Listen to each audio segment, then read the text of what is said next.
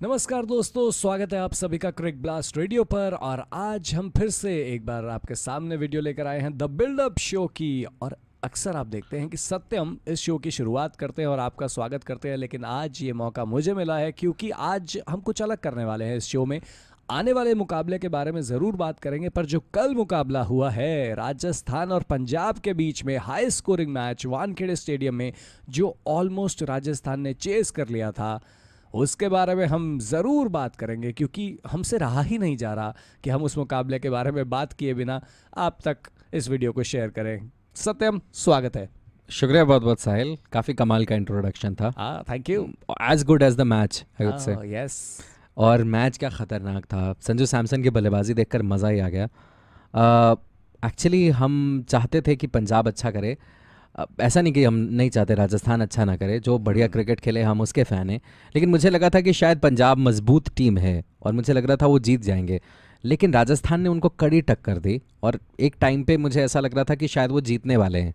और संजू सैमसन का जो एफर्ट था उसके बाद उनको जीतना चाहिए था, क्योंकि इस तरीके की पारी अगर विनिंग कॉज में ना हो तो पता नहीं क्यों मुझे अच्छा नहीं लगता।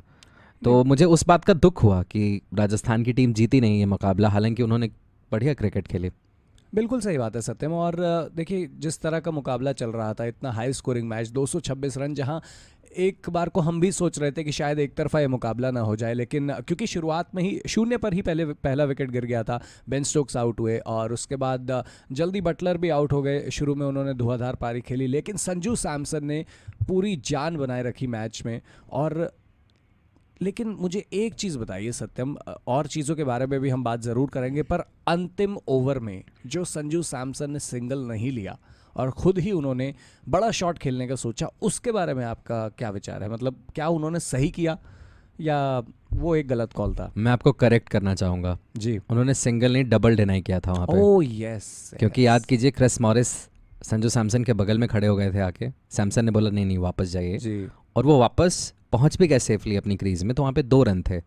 अगर वो 2 रन वहाँ ले लिए गए होते तो लास्ट बॉल पे वो छक्का मारने की जो कोशिश थी उसकी ज़रूरत नहीं पड़ती।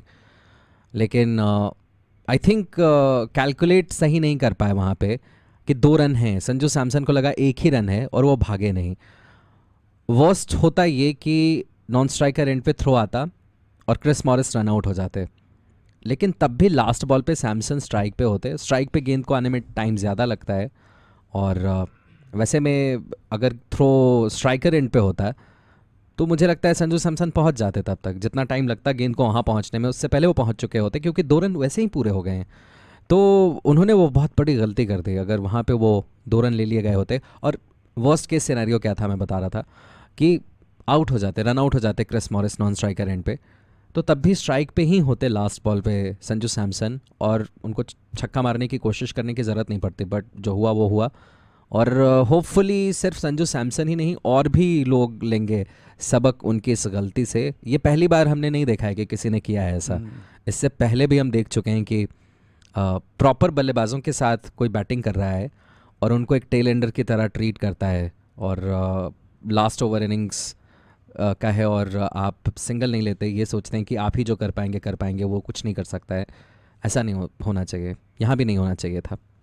बिल्कुल सही बात है। और सत्यम, क्योंकि संजू सैमसन अगर वो 2 रन हासिल कर लेते उस गेंद पर जिस पे उन्होंने सिंगल भी नहीं लिया, और अगर सिंगल लेने का प्रयास होता, इनफैक्ट 2 रन अगर लेने की कोशिश होती और अगर मॉरिस रन आउट भी हो जाते, तो आपको एक गेंद में 4 रन चाहिए होते। अगर वो डबल हो जाता तो आपको एक गेंद में 3 रन चाहिए होते। और तब मुझे लगता है कि संजू सैमसन अगर बड़े शॉट के लिए भी जाते ना, और उस गेंद पर छक्का लगाने का कॉन्फिडेंस अलग होता, क्योंकि जब आपके सामने एक गेंद पर आपको 5 रन चाहिए तब आप छक्का लगाने जाते हैं ना, तो आप पर प्रेशर थोड़ा ज़्यादा प्रेशर होता है। यस, और उस प्रेशर में सही एग्जीक्यूशन इतना आसान नहीं है। यस। जैसा मैंने पहले कहा कि साहिल अगर वो 2 रन ले लिए होते तो छक्का मारने की कोशिश ही नहीं करनी थी। जी। उसके बाद आप कुछ और ट्राई कर सकते थे, उस गेंद के साथ अलग आपका बर्ताव हो सकता था और काम बन सकता था। लेकिन वो रन न लेकर गलती हो गई शायद। अगर उनसे आप पूछेंगे, मे बी आज वो मना कर देंगे नहीं नहीं जो किया सही किया, बट कुछ समय बाद पूछेंगे तो वो खुद भी शायद कह दें कि हाँ यार गलत हो गया था वो। बिल्कुल सही बात है। और चलिए, संजू सैमसन की तो हमने काफ़ी बात की और डिजर्व भी करते हैं वो इतनी सारी तारीफ के लिए, पर दीपक हुड्डा जो yes. उन्होंने पारी खेली 28 गेंदों में 64 run. I have seen Wow. Him bat like this before, but आज पता नहीं क्या एक अलग there was something about this innings that I have never seen in him before. एक अलग स्पार्क था इस पारी में, एक अलग चमक थी इस पारी में, और जो कॉन्फिडेंस था. 5 छक्के लगे थे पहली 15 गेंदों पे और एक चौका लगा था. कब आप देखते हैं साहिल कि पहली 15 गेंदों पे कोई बल्लेबाज एक चौका लगा रहा है और 5 छक्के लगा रहा है? नॉर्मली अदर वे अराउंड होता है, 5 चौके होते हैं, एक छक्का होता है, वो भी बहुत एक्सप्लोजिव माना जाता है. लेकिन यहाँ तो उल्टा था, उल्टी गंगा बह रही थी और 5 छक्के लगे थे, एक चौका लगा था पहली 15 गेंदों पे. तो जाहिर सी बात है कि स्टार्ट बहुत बेहतरीन उन्होंने हासिल की इस पारी में, और उसके बाद रुके नहीं. वो जो पूरी पारी थी उसमें उन्होंने कोई ब्रेक नहीं लिया है. किसी भी गेंदबाज को देख के ये नहीं कहा कि नहीं यार इसके खिलाफ अप्रोच थोड़ा बदलने की ज़रूरत है. और हर बॉलर को एक जैसा ट्रीट किया है. Yes. स्पिनर्स हों, पेसर्स हों, जो भी हों आप, एक जैसा हर किसी को ट्रीट किया है उन्होंने. और जब तक वो थे, हालांकि लोकेश राहुल 180 की स्ट्राइक रेट के साथ बैटिंग कर रहे थे, लेकिन उनकी बैटिंग को देख के जो मज़ा आया है वो मतलब अलग मज़ा था. जी हाँ. तो और दीपक हुड्डा जब बल्लेबाजी करने उतरे थे नंबर 4 पर, हम जब लाइव कवरेज कर रहे थे तो हम ये बात कर रहे थे कि निकोलस पूरन को क्यों नहीं भेजा, और अच्छा हुआ कि नहीं भेजा. इतनी अच्छी उन्होंने परफॉर्मेंस करके दिखाई. आई थिंक अब ये बैटिंग ऑर्डर कायम रहने वाला है कुछ समय Yes. तक. निकोलस पूरन अब दीपक हुड्डा के बाद ही आएंगे. इस पारी के बाद तो ड्रॉप करना उनको लोअर डाउन द ऑर्डर बनता नहीं है, चाहे वो निकोलस पूरन ही क्यों ना हो. जी. हालांकि हम खुद भी निकोलस पूरन के बहुत बड़े फैंस हैं Yes. और हम उनकी बैटिंग भी देखना चाहते हैं. बट सोचिए अगर दीपक हुड्डा इस तरीके की बैटिंग जारी रखते हैं साहिल, और उसके बाद निकोलस पूरन आ रहे हैं, तो ये कितनी डेंजरस बल्लेबाजी का क्रम है. लोअर डाउन द ऑर्डर आप देखें क्या सॉलिडिटी है पंजाब की टीम के पास. हुड्डा का इस तरीके से चल जाना गेम चेंजर है पंजाब के लिए. बिल्कुल. और केएल राहुल तो ओपनिंग में उन्होंने तो कमाल की बल्लेबाजी हमेशा की. करते हैं इस तरीके की. हमेशा कितनी पारियां करते हैं, खेली हैं yes. उन्होंने अब तक, तो मतलब बहुत पारियां इस तरीके जी की. हाँ. बस मयंक अग्रवाल नहीं अच्छा कर पाया. उसके बाद क्रिस गेल नंबर 3 पर आए. पहले ही मैच में उन्होंने दिखा दिया 28 गेंदों पर 40 रन बनाकर कि भाई जी. शेर अभी भी जिंदा है. एक्चुअली जो प्रीवियस बिल्डअप शो था उसमें सौरव दा थे, जी. तो हम यही बात कर रहे थे कि यार क्रिस गेल को वेट नहीं करना चाहिए खिलाने के लिए. हर बार हमने देखा है पिछले कुछ सीजन्स के दौरान कि उनको पहले खिलाया नहीं जाता, बाद में मौके मिलते हैं और वो रन बनाते हैं. Yes. आप हाथ मलते हैं कि यार पहले क्यों नहीं खिलाया. हम पंजाब के साथ नहीं चाहते थे, इस बार भी वैसा हो. अच्छा हुआ कि उन्होंने खिलाया. एंड आई एम ग्लैड कि रन बना पाए क्रिस गेल, क्योंकि क्रिस गेल को आजकल मुझे लगता है कि टीमें ना कभी कभी ड्रॉप करने की फिराक में रहती हैं. जी. एक दो बार ख़राब खेलेंगे, मे बी कोई और प्लेयर होगा तो उसको लंबा रोप देते हैं आप, Yes. उसको रस्सी लंबे मिलती है. लेकिन गेल ऐसा लगता है सुतली लेके आ रहे हैं, फुस नीचे चले जाते हैं. तो आई एम ग्लैड उन्होंने रन बनाए हैं और he will continue to play and he is always exciting Oh yes, he and is. We love excitement. बिल्कुल. और that's why we love Gayle. और चलिए अंत में इस मैच के बारे में जो हम बात कर रहे हैं, तो Sanju Samson man of the match बने. ये एक वी अच्छा have to talk about Sanju Yes. Samson. अच्छा लगा देखकर कि उनको मैन ऑफ द मैच मिला, भले ही उनकी टीम हार गई हो. Imagine being Sanju Samson. You Oh. play like this and you end up losing the match. You end up on the losing side. कितना disheartening है ये. Yes. और you've also got to feel for Sanju Samson. You know how talented he is. हमेशा दिखाते हैं अपना talent, उसकी झलकी दिखाते रहते हैं. अप अनटिल वेरी रिसेंटली वो थे भारतीय टीम का हिस्सा, बट अब नहीं है क्योंकि पंत हैं. और मौका अभी मिला था ईशान किशन को, तो उन्होंने भी दिखा दिया कि यार वो क्या टैलेंट रखते हैं. तो सैड है थोड़ा सा संजू सैमसन के लिए, लेकिन इंडिया का बेंच स्ट्रेंथ इतना ख़तरनाक है कि मतलब हम इसका रोना नहीं रो सकते कि इसको नहीं खिला रहे, उसको नहीं खिला रहे.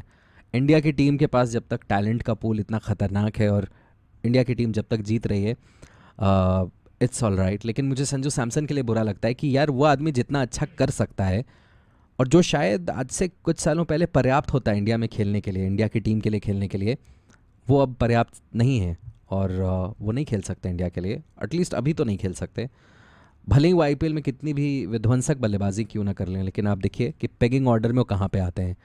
तो जानते हुए भी ये सब चीज़ें वो फिर भी देखिए मेहनत करते हैं लगातार और लगातार रन्स बनाते हैं, चाहे वो डोमेस्टिक क्रिकेट हो या अब आईपीएल में भी शुरुआत कर दें. आई एम श्योर और रन्स बनाएंगे वो गोइंग फॉरवर्ड. बट उनको लोड नहीं लेना चाहिए कि इंडिया के लिए खेलने को कब मिलेगा, नहीं मिलेगा. जब तक वो खेल रहे हैं, जिस टीम के लिए खेल रहे हैं, भर भर के रन्स बनाने चाहिए और ऐसा कर रहे हैं वो तो बहुत अच्छी बात है ये। यस, कर्म कर और फल की चिंता मत Yes. कर। और चल- क्या। और चलिए सत्यम, एक खिलाड़ी के बारे में और मैं बातचीत करना चाहता हूँ, वो है रियान पराग। उन्होंने भी एक अच्छा कैमियो खेला और जो शॉट्स उन्होंने मोहम्मद शमी को लगाए, आई मीन काबिल तारीफ। जिस क्रम पे वो बैटिंग करते हैं वहाँ एक फिनिशर की भूमिका आप निभाएंगे और वो एक बहुत कठिन काम है। अभी क्या वो इस लेवल पे पहुँच गए हैं कि वो मैदान पे हैं तो हम सब ये आत्मविश्वास के साथ कह सकते हैं कि हाँ ये जिता ही देंगे। अभी मेरा वो कॉन्फिडेंस नहीं है उनके ऊपर, उनको थोड़ा और ख़ुद को प्रूव करने दीजिए और उसके बाद अगर वो ऐसा करते हैं तो बहुत अच्छी बात होगी, हमें तो बहुत मज़ा आएगा। लेकिन अभी वो होंगे भी मैदान पे तो शायद मैं पूरे आत्मविश्वास के साथ ये नहीं कह पाऊँगा कि टीम जीतने ही वाली है। इस पारी से मैं खुश हूँ, जी, बट ये अभी सिर्फ शुरुआत होनी चाहिए। नहीं बिल्कुल सही बात है। और चलिए हम उम्मीद करते हैं उनके लिए आने वाले मैचेस अच्छे आएँ। अब बात करते हैं सत्यम, जो आज मुकाबला होने Yes. वाला है, शॉर्ट एंड क्रिस्प रखते हैं। Alright. और हेड टू हेड अगर मैं बात करूं कोलकाता और मुंबई, तो 6 मुकाबले कोलकाता ने जीते हैं और मुंबई ने 21 मुकाबले जीते हैं। और एक्चुअली पिछले 4 सालों में कोलकाता 1 मुकाबला जीती है और मुंबई 10 मुकाबले जीते हैं हेड टू हेड। तो एक चिंता का विषय ज़रूर है कोलकाता के लिए, जो रिकॉर्ड्स हमें दिख रहे हैं कि मुंबई के अगेंस्ट उनका रिकॉर्ड बिल्कुल अच्छा नहीं है। और सत्यम, क्योंकि अब कोलकाता के पास फुल स्क्वाड अवेलेबल है, कोई भी प्लेयर इंजर्ड नहीं है, कोई क्वारंटीन में नहीं है, तो क्या कोलकाता क्योंकि जीत कर आ रही है इस मुकाबले में, और जो टीम कोलकाता की रही, क्या आप कोई बदलाव देखते हैं कोलकाता की टीम में, या सेम टीम के साथ कोलकाता जाना चाहेगी? पिछले मुकाबले में जो टीम खेली थी उसमें मुझे तो कोई ज़रूरत महसूस नहीं होती कोई चेंज करने की। जी, लेकिन सुनील नरेन नहीं खेले थे पिछले मुकाबले में। Yes. वो अब खेल सकते हैं, लेकिन अवेलेबल हैं। लेकिन क्या आप उनको खिलाएंगे और जगह कैसे बनेगी? शकीब को ड्रॉप करना पड़ेगा। एक ही फैक्टर है जो शायद प्रेरित करे कोलकाता को उनको खिलाने के लिए, सुनील नरेन को खिलाने के लिए, और वो ये है कि रोहित के अगेंस्ट बहुत इफेक्टिव रहे हैं। आप देखें पुराने मैचेस उठा के तो रोहित को हमेशा परेशान करते हैं सुनील नरेन। तो अगर वो एक चीज़ वो कंसिडर करते हैं तो मे बी सुनील नरेन को खिलाएंगे। नहीं तो आप टॉप ऑर्डर से लेके नीचे तक देखें, जो उनके बॉलर्स हैं सब ने अच्छा काम किया है और ओपनिंग पार्टनरशिप बहुत ज़बरदस्त रही है। वरना अगर ओपनिंग में कोई दिक्कत होती तो ये भी हम कहते हैं सुनील नरेन को खिलाने के लिए एक एक्स्ट्रा आपके पास प्रेरणा वाली चीज़ ये है कि ओपनर के रूप में उनको यूज़ कर सकते हैं। लेकिन पिछले मुकाबले में जो ओपनिंग पेयर नज़र आया हमें कोलकाता की तरफ से, इट डिड वेल। तो मुझे पता नहीं क्यों ऐसा लग रहा है कि शायद कोई चेंज आपको देखने को ना ही मिले। चलिए, और अब मुंबई के बारे में बात कर लेते हैं सत्यम। क्विंटन डिकॉक अवेलेबल हैं। क्रिस लिन ने हालांकि 35 गेंदों में 49 रन बनाए थे पहले मुकाबले में, पर अब क्विंटन डिकॉक आ जाएंगे तो क्रिस लिन को तो बाहर बैठना पड़ेगा। लिन को बिठाना इतना आसान देखिए उस पारी के बाद नहीं है, लेकिन जो पुराना रिकॉर्ड है, जो ट्रैक रिकॉर्ड है क्विंटन डिकॉक का, उसके बाद उनको मुझे नहीं लगता कि एक बार वो अवेलेबल हो जाएंगे तो बिठाया जाएगा। क्रिस लिन को मुझे लगता है कि बाहर जाना पड़ेगा और क्विंटन डिकॉक वापस आ जाएंगे। थोड़ा सा अनफॉर्चुनेट होगा ये क्रिस लिन के लिए कि all that he could do he did, but despite that he will find himself out of the playing 11। But Quinton de Kock की बात ही ऐसी है, वो इतने कमाल के प्लेयर साबित हुए हैं मुंबई की टीम के लिए कि अब मतलब सर्टेनिटी है वो प्लेइंग 11 में। उपलब्धता पे ऑब्वियसली बात आ जाती है, बट अब उपलब्ध हैं तो अब उनको खिलाया जाएगा मेरे हिसाब से। Right Satyam, thanks for sharing all this, all your thoughts on this. और माय प्लेजर, जी, ऑलवेज हियर, तो चलिए दोस्तों, लिटरली। तो चलिए दोस्तों, आज के लिए बस इतना ही। क्रिक ब्लास्ट रेडियो पर दोस्तों ऐसे ही हमारे साथ बने रहिए, अपना प्यार हमें देते रहिए, और रोज़ की तरह हम आपके साथ बिल्डअप शो लेके आते रहेंगे। तो चलिए दोस्तों, समय है आपसे विदा लेने का, पर हम आपसे कल इस वीडियो में दोबारा मिलेंगे। और आज हमारे साथ जुड़ना मत भूलिएगा शाम 7 बजे, जब हम आपके साथ लाइव होंगे मैच कवरेज के साथ कोलकाता और मुंबई के इस मुकाबले में। तब तक के लिए ध्यान रखिए। Satyam, let's say goodbye to our viewers. Bye guys, see you at 7।